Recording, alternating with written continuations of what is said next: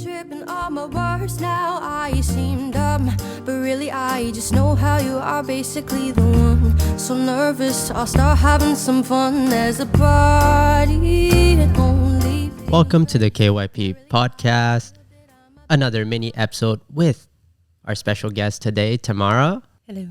Welcome. Hi, Tamara. And I am here with my co-host, KYP James. Kevin G. And on today's mini episode, we wanted really to know more about your life, your journey, how you've gone about to become a singer.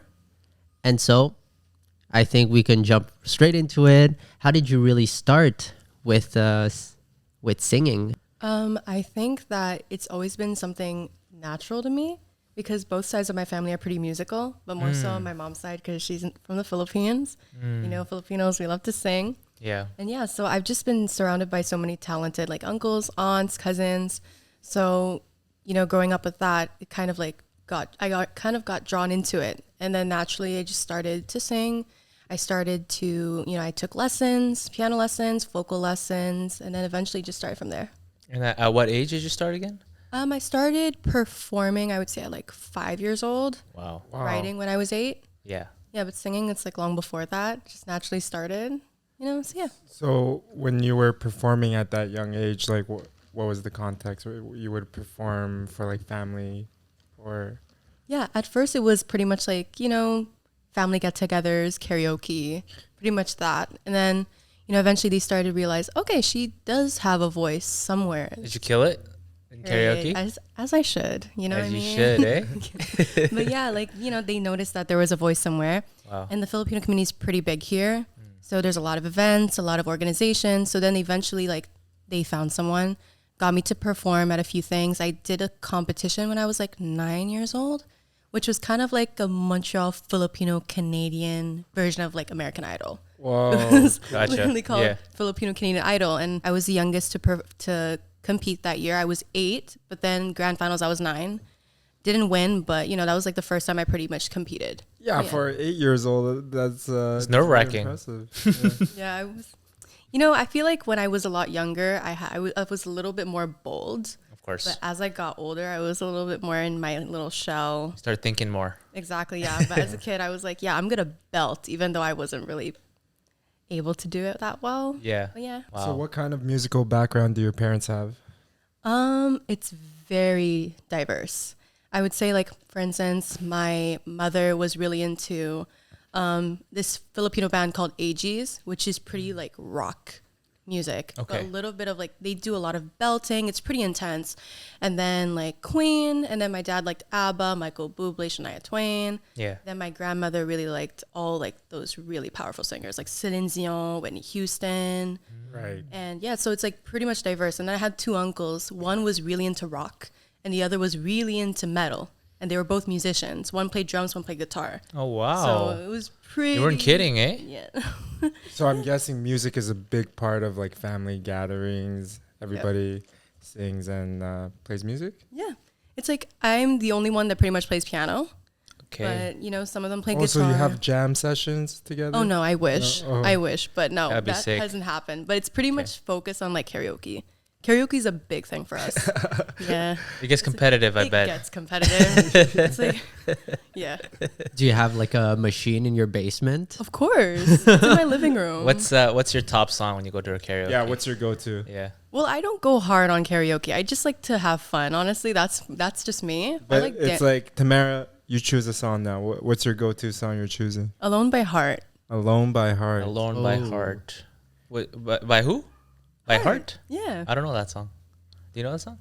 No. Okay. But once you hear it though, you'll be like, oh yeah, that song. Because it's on a lot of movies, in the background. Yeah. There's a lot of that. Yeah. Gotcha. Do you guys have a go-to karaoke song? Oh, I know Danny does. Well, I think I got like 3. Just give us one, Danny. Well, it's 3 and it depends on my mood, right? Okay. So like it's either if like someone's just like, yo, I need you to flex sing your song, your favorite songs. For me, it's like Michael Bublé, Everything. Yep. And then I have, if it's mellow and nobody's there and I can like just fuck around and find a song, it's either How Deep Is Your Love, Bee Gees, or what was it? Just the two of us.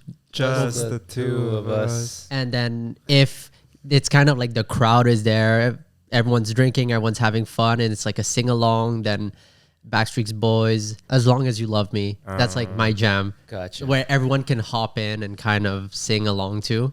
Okay, yeah. So you're Yo, I'm prepared you're when it comes to karaoke karaoke. A lot of great yeah. songs. Yeah, he's got an Eminem song that he kills it every time we go to karaoke. Oh my god. What is that song again? Lose yourself? Not Afraid. Not Oh, yeah. afraid. Not. This guy goes hard, and it's a hard song to rap because Eminem is like bop bop bop bop bop. Yo, I Props sang to that you, song man. in the shower so many times. Yeah, I props to practiced. you, man. I practiced. we'll That and the Macklemore. Oh Yes. yeah. James, really quickly, one song karaoke. Your go-to. Alicia Keys. Fall- If I ain't got you. Oh yeah. Oh. Love that song. Yeah. That's a good one. Yeah. I like Take a Bow, Rihanna. Oh Take yeah. a bow. That Yes. too. Classic.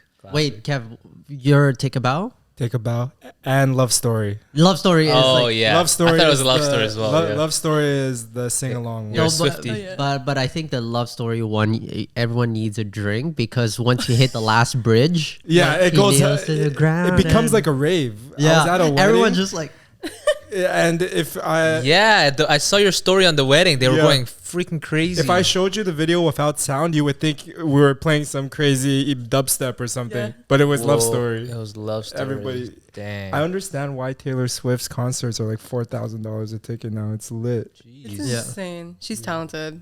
Yeah. do you have an inspiration when it comes to artists? One in particular that I'm thinking about right now is an artist called Melanie Martinez. Oh, what's that one? Playdate? Yeah. Yeah. I've been listening to good. her when I was like 15. And Oh. then, yeah, so like, it's kind of like we grew up together, but we never met ever, you know? But like, yeah, her music is very, not odd, but it's like something it's different. Because, how do you say this? Her persona is very like, not like necessarily childish, but it's like very like kiddie. You get what I mean? But her lyrics are very dark. Oh, it's one of those. Yeah. Like Doja Cat. Kind of, yeah. Yeah, yeah, yeah. But she's more in like the alternative pop. But I love her music. Wow. And I think she's an absolute genius. Yeah. How old is she? Is she the same age as you? She's older. I think she is in end of her 20s. Gotcha. Yeah. Okay, okay. So you grew up with her music though. Yeah. As she was evolving. Yeah. She was like the first artist that I discovered on my own. Oh You wow. know? Yeah. So yeah, I was yeah. like, yeah, really like that. Awesome. So you resonate with her because of just the persona or the music itself? Like how it makes you feel? Relatability. Relatability. Yeah. Her lyricism is like top notch. Yeah. It's like, it always hits you. Like it's always so relatable. And she talks about topics that are very deep. Yeah. Well, I wanted to ask, what's the most? What do you find to be the most challenging part of making a song? Is it composing the music? Is it writing the lyrics? Is it actually performing it? I think it really does depend because, you know, there are some songs that I do feel like I was saying pre-podcast, it's like, you know, some songs like I have really complicated lyrics, but then the tune, like everything musical is very, very simple, but I kind of want to like balance it out. So then having to like figure out what exactly do I need in order it to be balanced can sometimes be complicated. Yeah. And then sometimes I really want to go into like a really cool or something interesting to talk about because, you know, the most popular topic I feel like in songwriting is pretty much love and heartbreak. Yeah, 100%. But it's like, it's something that's hard to avoid.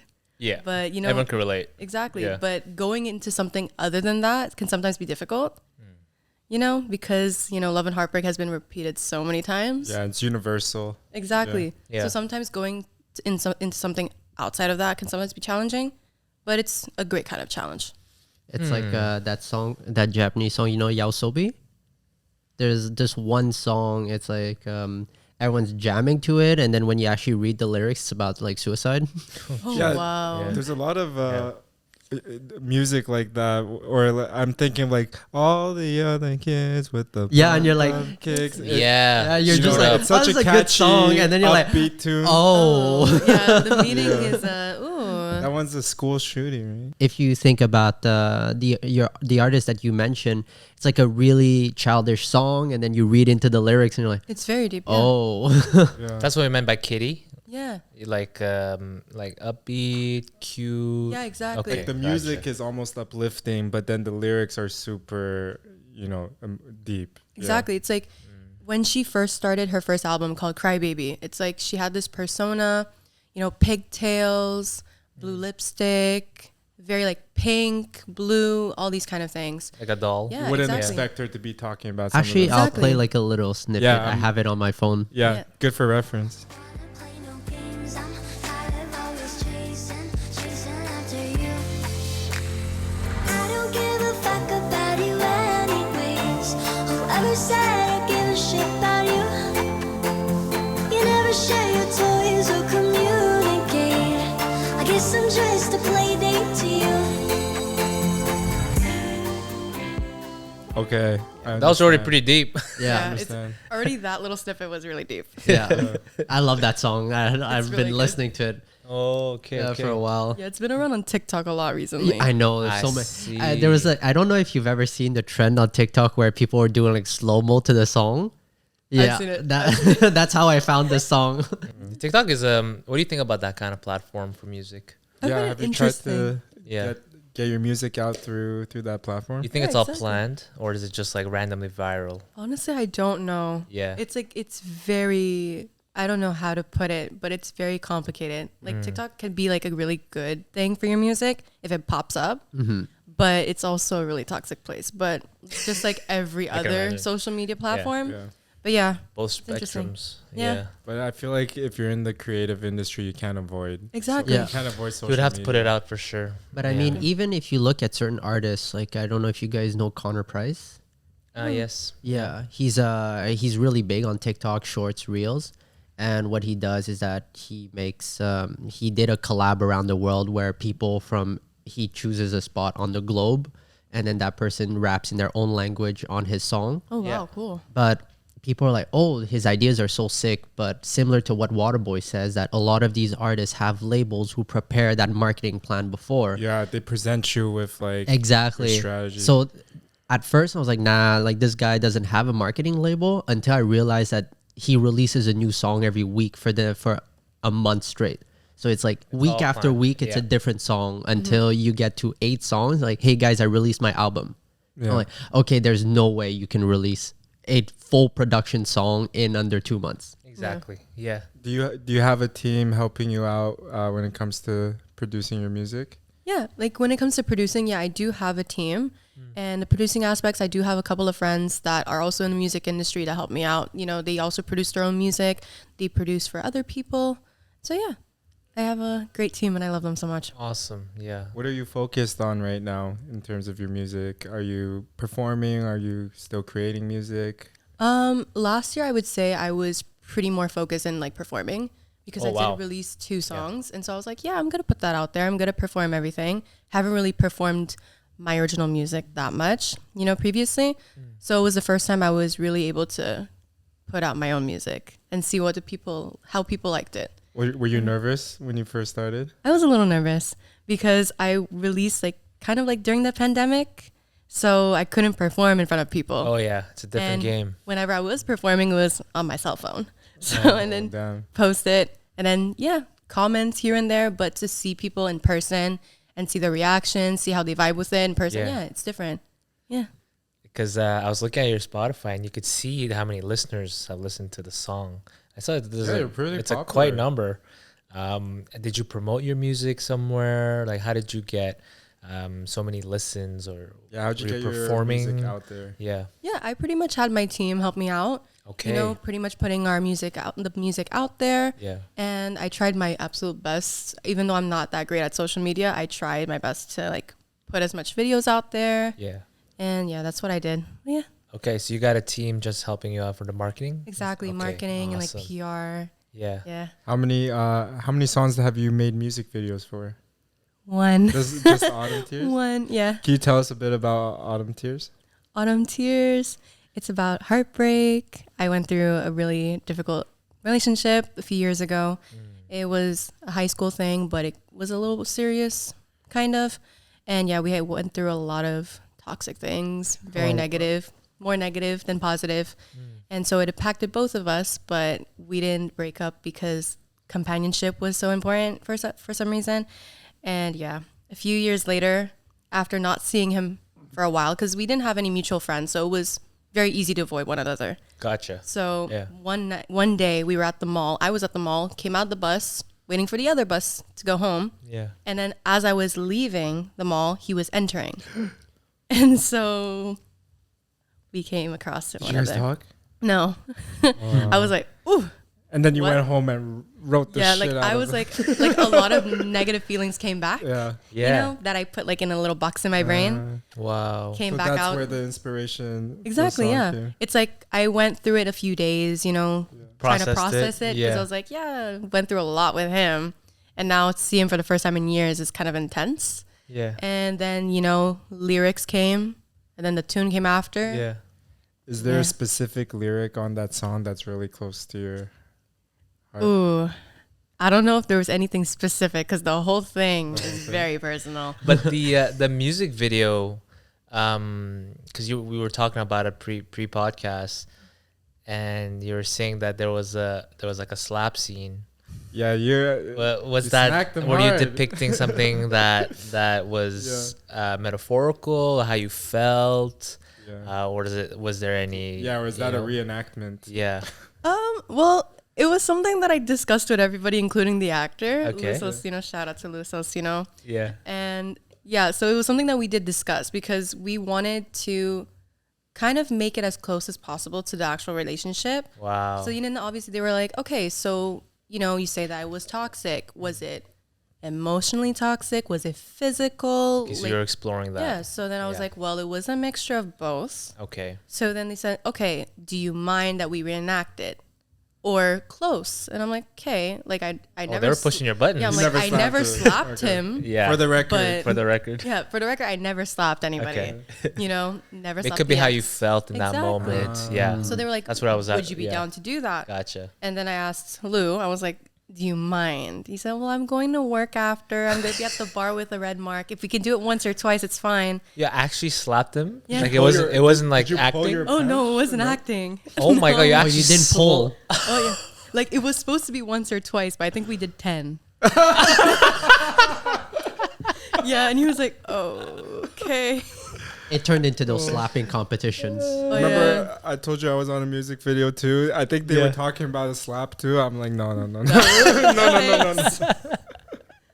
So, what was the premise for Autumn Tears? Like, you broke up during the fall, or yeah? It was during the fall. Yeah, that's why, you know, autumn tears. So around this time, Exactly. It was during October-ish. you brought the rain, Yeah. Tamara. You brought the rain today. Yeah, you did Yeah, bring the rain the weather today, they knew I was coming. But yeah. Wow, that's amazing. Yeah. And so, any special projects coming up since you were focusing on performances last year? I'm working on an EP at the moment as we Ooh. speak. Gotcha. Yeah, and I'm really excited about it. Gonna release it probably in summer of next year. Okay, 2024. Yeah, and I'm really excited about it. Is there a overarching theme that ties your EP together, or kind of a collection of? Kind of like, yeah, a collection of thoughts, you know, trials and tribulations of a teenager. You know, okay. of what I was going through back then. Interesting. Yeah, it's like Yeah. a lot of feelings, not just about heartbreak and love. It's like just everything that goes around it. Yeah, so I'm And- really excited about that. And because we were talking about you changed your producer as well, right? So is the style going to be different? What's the style going to be on this one? Can you tell a little bit more about it? Yeah, it's pretty much pop, like, you know, how it always been. But I would say we were exploring more of like indie and then maybe like some rock. Okay, So, because yeah, that's your preference right now, Yeah, right? that's what I've always been listening to. That's something that Gotcha. I've always preferred. Yeah. Ooh, I'm interested. Yeah, I'm really excited about Yeah. it. And do you do music full time, or how are you balancing that? I used to do it full time, but right now I'm currently like, you know, working 2 jobs and trying my best to provide for the music because music can be pretty expensive. Right. So yeah, I'm just like temporarily working 2 jobs to just help that out. Of course. Yeah, Yeah. but yeah. And you told me off the pod you were traveling to Toronto on occasion. Can you tell us about that? What kind of work are you doing out there? Yeah, so I guess it was pretty much, it started off because I was part of this program called the RBC Launchpad Music Entrepreneurship Program. Oh. And it was based in Toronto, and it pretty much helps artists that are independent to kind of, help them develop themselves, their brand, Yeah. know about the business side of music. And yeah, last year Lou was part of it. And so, I've seen I've seen ads everywhere, and I thought it was kind of like too good to be true. I didn't know anybody who was in it, so I was like, I don't know if I want to do this. I don't know if I'm ready for it. But then I met Lou back last summer, and we kind of connected. And then at one point he mentioned the program. He's like, have you heard of it? It's really good. I was like, well, how much is it? Like, Yeah. what's the catch? He's like, $0. It's free. Yeah, it's like, as long as Just sign they up. choose you Yeah. for free. And then I was like, okay, question mark. Yeah. But then I got into it, and it was a 4-month program, and it was amazing. Did you live in Toronto? No, it's online. It's Oh, online. it's It was online, yeah, and Gotcha. occasionally in person. Yeah. So every time there was something in person, I would try my best to like pull up. Of What course. would you say yeah. was the most important thing you learned from that program? The business side. Yeah. Everything 100%. business side. Yeah, it's like they would talk about the royalties, having your team, like knowing exactly who to hire Yeah. and what to look for in people when you're hiring. And pretty much like just everything, like your brand, knowing what you want, how to get it. And yeah, so I've connected with so many great creatives, all the creatives that were It working. was a network as well, right? Exactly, yeah. Was it a It class of 30 or? Yeah, it was like Okay, about got 30 you. people. Yeah. Yeah. And this year I was the only one from Quebec. Interesting. Like, Yeah. wow. The Last pool is year- low, eh, in Quebec? Yeah. Last year, I think there were like a handful Okay. from Quebec. But this year I was the only one. So it was kind of intimidating low key to be like the only one from like the Francophone Montreal, area. yeah. Yeah, but it was really cool. Like everyone was super nice. We all helped each other out. We were all in different levels, kind of. Like some of them were, already established, and some have just released their first single, like not too long ago. So Oh, it was wow. really great to be able to, how do you say it? Like It's nice to have network. give Yeah. opportunities for learning outside of the school setting, because that's what the school lacks, right? Yeah. The business side for artists in a regular university or school. But yeah, shout out. Yeah, shout out to the Yeah, RBC you program. recommend that program for young yeah. artists. Oh yeah, 100%. It has helped us so much. Yeah, and just being able to connect with so many different people. Like I've connected with people from SoCan, which is a great organization for the music industry, and I've met people who've been connected with like Universal, who have worked in Universal. 100%. Okay. Yeah, so it's like everyone's here to help each other out. And yeah, I would definitely recommend it for artists that are like trying to make it in the industry. Yeah. All right. Ashley, before we end this podcast, I always have this one question I ask for every guest. What is something you didn't believe in until you did something you truly love? What's something? You didn't believe in that now you believe, now that you're doing something that you love? Something that you think wasn't true until you start doing something you love. This question is always my like God. mind-boggling. Yeah. Yeah, that's why I'm like, repeat that again. I'm like, I don't know. I don't know. Generally speaking, I think myself, if that makes sense. Believing in yourself. Yeah, because it took a long time for me to be where I am right now, to believe in myself. I guess I had a really bad self-esteem. And I feel that. yeah, like Yeah. it took like, I think Takes until a like while. last year or the year before to finally like, Come out of your shell. yeah. Mm. So it took years. So I'd say that totally. Mm. Yeah.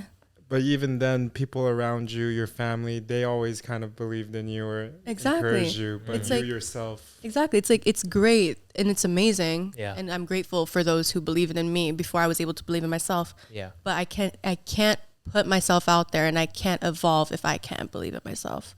That makes Interesting. sense. Yeah. Yeah. It's like, if I don't believe in myself, nothing's going to work. No, You know? nothing will work. Yeah. Yeah. Because no one's gonna push you except for you. Exactly. Yeah. Yeah. Yeah. Very cool. Perfect. Yeah. And so that wraps up the episode. Remember to tune in a few days when we will release the full-length episode. As always, where can we find you? You can find me on all social media platforms, on all media platforms, music platforms, Tamara Grace Music. And my name's Danny. I'm here with my co-host KYP James. Kevin. and our wonderful guest. Tamara Grace. And remember, to KYP. Kill your pride, baby. Nothing was ever the same, and for that I had myself to blame. Drank till I could barely stand, now I'm so ashamed.